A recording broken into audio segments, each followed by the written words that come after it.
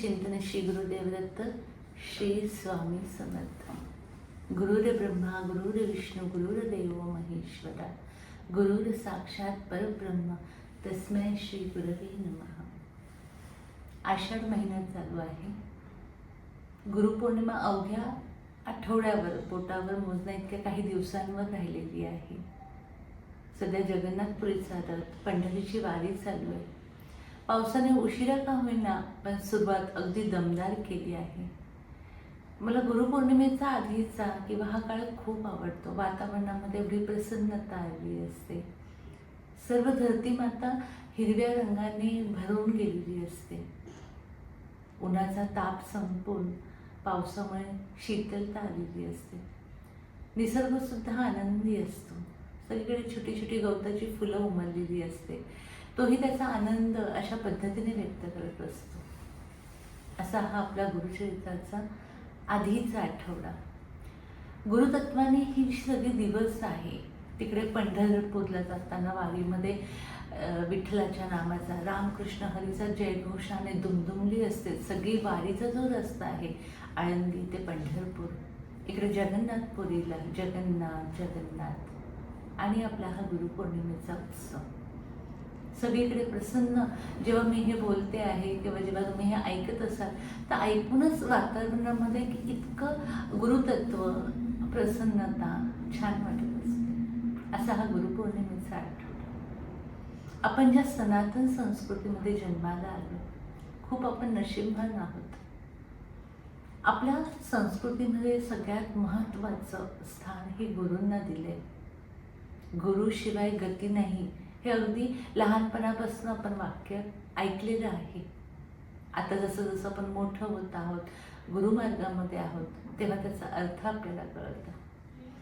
जे मी सुरुवातीला म्हटले की गुरुर ब्रह्मा गुरुर विष्णू गुरुर्देव महेश्वरा गुरुर साक्षात परब्रह्म तस्मै श्री गुरवे नमः। यात गुरुची माहिती सांगितली की गुरुर ब्रह्मा गुरुर विष्णू म्हणजे ब्रह्मा म्हणजे कोण आहेत ना, ह्या सृष्टीची निर्मिती ज्यांनी केली आहे ते ब्रह्मा। गुरुर विष्णू, गुरुच हे विष्णू आहे। जे पालन करणारे आहे ते विष्णूचं रूप आहे, ते गुरुच आहे। आणि गुरुर ब्रह्मा गुरुर विष्णू गुरुर्देव महेश्वरा। महेश जो विनाश करतो तो सुद्धा गुरु आहे। म्हणजे गुरुतत्वामध्ये हे तीनही तत्व ब्रह्मा विष्णू आणि महेश हे सामावलेले आहेत। जेव्हा गुरु पौर्णिमेचा आठवडा येतो तर सगळ्यांना पटकन आठवणारी गोष्ट म्हणजे काय ना, त्याच्या मागची 7 दिवस आधीची जी आपली लगबग चालू होते की गुरूंना काय द्यायचं ते त्या दिवशी तर आपण देणारच आहोत, पण आपल्या गुरूंना आपण आणखीन एका पद्धतीने त्यांची पूजा करतो, ते म्हणजे गुरुचरित्राचं पारायण। गुरुचरित्र ते म्हणजे काय आहे? हा 5वा वेद आहे। गुरुचरित्राने काय होतं, त्याचे नियम काय आहे, थोडक्यात जाणून घेऊया।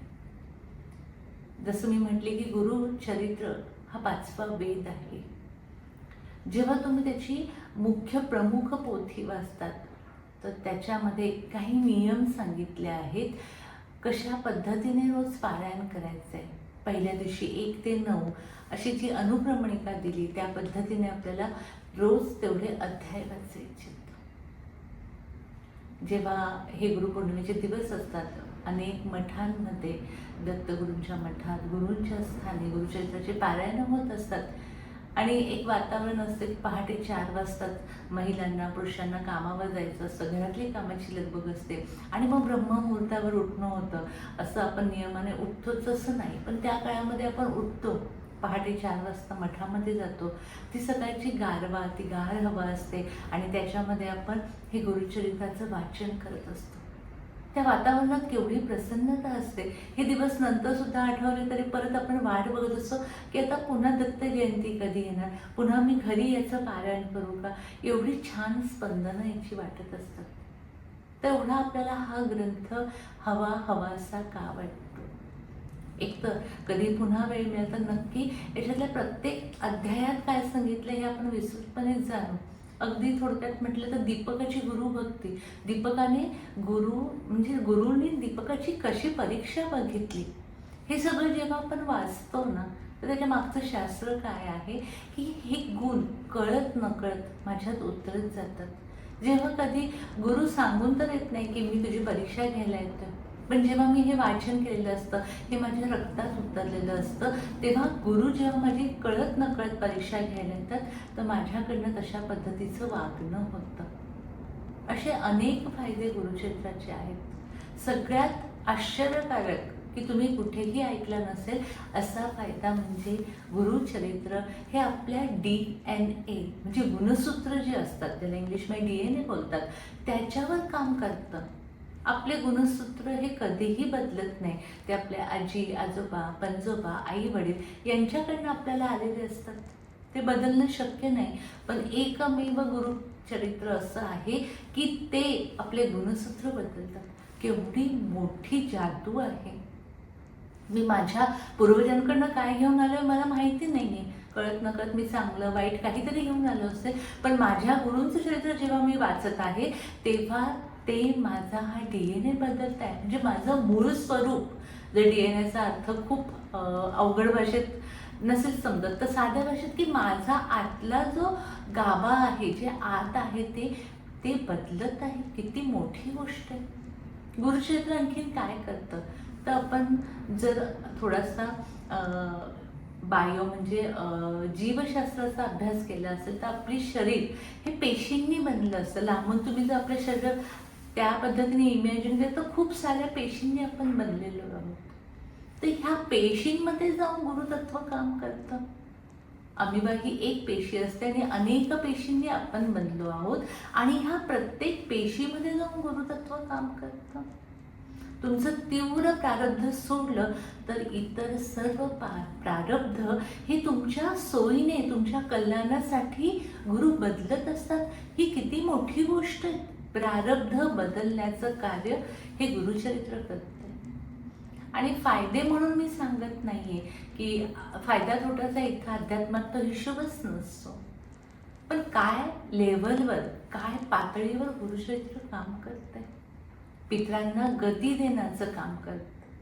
पित्र हा शब्द मी नेहमी, तुम्ही माझे आधीचे व्हिडिओ बघितले असतील तर पित्र हा शब्द मला आवडतच नाही। ते आपले पूर्वज आहे, पुन्हा की आपला DNA आहे तो, पण ते पूर्वज कुठे अडकले असतील, ते पूर्वी अध्यात्मात नसतील, त्याने काही ईश्वरी कार्य केलं नसेल, तर त्यांना गती द्यायचं काम हे गुरुचरित्र करतं। असे एक ना अनेक गुरुचरित्राचे फायदे आहेत, आणि त्याच्या सगळ्याच्या पलीकडे तुम्हाला मानसिक शांतता देतं। आज आपण सगळीकडे जेव्हा जातो की पैसा आहे, घर आहे, संपत्ती सगळं आहे, संतती आहे, पण पीस ऑफ माइंड, ती मनाची शांतता नाहीये, ते जे कुठेही मिळू शकत नाही, ते गुरुचरित्रामुळे आपल्याला मिळतं। मग हे गुरुचरित्र एवढे त्याचे फायदे, मग प्रत्येकाला वाटणार की अरे मी एकदा करून बघू का हे पारायण, असं वाटत असेल तर नक्की करा। हा आठवडा आहे जेव्हा आपण गुरूंना भेटायला गुरुपौर्णिमेच्या दिवशी जाणार आहे, तर त्या पोथीचं पारायण केल्यानंतर माझ्यामध्ये मी त्यांच्या समोर उभी राहू शकेल अशा माझे काही गुण आलेले असतील। मग ते एका गुरुपौर्णिमेला पारायण केल्यावर होणार आहे का, तर नाही। प्रत्येक वर्षी जेव्हा गुरुपौर्णिमा येणार आहे, प्रत्येक दत्त जयंती आणि मध्ये मध्ये मला जेव्हा शक्य आहे तेव्हा मी हे पारायण करणार आहे, आणि हळूहळू हा माझ्यात बदल होणार। जेव्हा तुम्ही गुरुचरित्राची पोथी उघडतात, त्या पोथीमध्ये पहिल्या पानावर नियम कशा पद्धतीने वाचन करायचे हे थोडक्यात दिलंय, पण अगदी थोडक्यात सांगते की सगळ्यात महत्त्वाचं आहे याच्यात जे काही नियम आहे पाळाय, बेसिक जे म्हणतो आपण, मूळ काही नियम आहे, त्याच्यामध्ये तुम्हाला सात्विक आहार घ्यायचा आहे। म्हणजे त्यात मांस मच्छी नॉनव्हेज खायचं नाही आहे।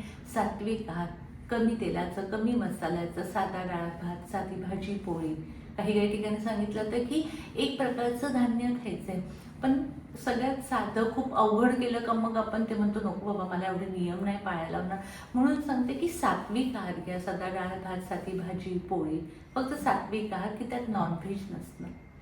जी लोक ड्रिंक्स करतात, सिगारेट ओढतात, तर ते याच्यामध्ये पूर्णपणे वर्ज्य आहे। शरीराने आणि मनाने ब्रह्मचर्य पाळायचं आहे। माझ्या वाचा जेव्हा आपण बोलतो त्यातनं माझ्याकडनं कोणाला चुकीचं बोललं गेलं नाही पाहिजे, कोणाला दुखवलं गेलं नाही पाहिजे। मला प्रत्येकामध्ये ते गुरुतत्व दिसलं पाहिजे. मग मी जर कोणाला दुखवतोय तर कदाचित हा नियम कशासाठी बघा, की कोणाला शिवीगाळी करायचं नाही, कोणाला वाईट बोलायचं नाही. काय माहिती महाराज कुठल्या रूपाने तुमची परीक्षा घ्यायला येणार आहे. आणि मग जेव्हा मी 7 दिवस हे सगळे नियम पाळते आहे, तर हळूहळू माझ्या त्या अंगवळणी पडताय आणि मी कायमस्वरूपी चांगली वागायला लागते. चांगली इन द सेन्स त्यांना जे अपेक्षित आहे, जे ईश्वरी कार्यासाठी, अध्यात्मासाठी जे गुण आवश्यक आहे तसे व्हायला लागतात. उपवास करायचा आहे, सतत भगवंताचं नामस्मरण करायचं, त्याच्या जवळ बसायचं आणि परत दिवसाच्या शेवटी किंवा जेव्हा जेव्हा शक्य मी तर म्हणेन एक पेन्सिल घ्या. तुम्हाला त्यातल्या ज्या चांगल्या चांगल्या ओळ्या वाटतात आणि तिथे मार्करने, पेन्सिलने किंवा स्टिकर असतात, पेपर असतात ना, ते पेपर चिटकून ठेवा की मला नंतर हे बघायचं आहे, याच्यात किती छान लिहिलं, किती डीप मिनिंग आहे आणि त्याचं चिंतन करायचं आहे. ज्ञानेश्वर महाराज म्हणतात की तुम्ही कितीही पारायण करा, कितीही पुस्तकं वाचा, पण त्याचा जर तुम्हाला अर्थ समजला नाही तर त्या पारायणांना आणि त्या वाचनाला काहीही महत्त्व नाही. जसं आपण म्हणतो की देवाची याद्वारे उभा क्षण भरी, तो एक क्षण पुरेसा आहे, ते एक नाम पुरेसं आहे. त्यामुळे त्याचा अर्थ जाणून घ्या आणि गुरुचरित्राच्या पारायणाला सुरुवात करा. महिलांना जेव्हा 4 दिवस असतात तेव्हा 4 दिवसामध्ये हे पारायण करायचं नाही आहे. जर पुरुष हे पारायण करत असेल किंवा घरातली मुलं मुली करत असतील आणि घरामध्ये स्त्रीला अडचण असेल तर तिच्या हाताचं आपण बनवलेलं खायचं नाही आहे, तिची सावली त्याच्यावर पडू द्यायचं नाही आहे. असे हे गुरुचरित्राचे नियम आहे. अशा नियमांनी तुम्ही परत मी सगळ्यांनाच एक रिक्वेस्ट, विनंती म्हणू शकते की पारायणाला सुरुवात करा, प्रयत्न करा. एखाद्या वेळेस चुकेल, पहिल्याच दिवशी महाराजांना प्रार्थना करा. गुरु आहे आपले, त्वमेव माता पिता त्वमेव, ते आपले आई वडील आपण त्यांना मानतो ना, त्यापेक्षाही ते श्रेष्ठ आहे. त्यांना प्रार्थना करा की महाराज मी पहिल्यांदाच पारायणाला सुरुवात करत आहे, माझं काही चुकलं तर तुम्ही सांभाळून घ्या. आणि तुम्ही कमेंटमध्ये मला अनुभूती सांगा की ताई असं होत होतं आणि मला कोणीतरी भेटलं आणि त्याने सांगितलं की अरे हे असं नाही करायचं, हे असं करायचं होतं.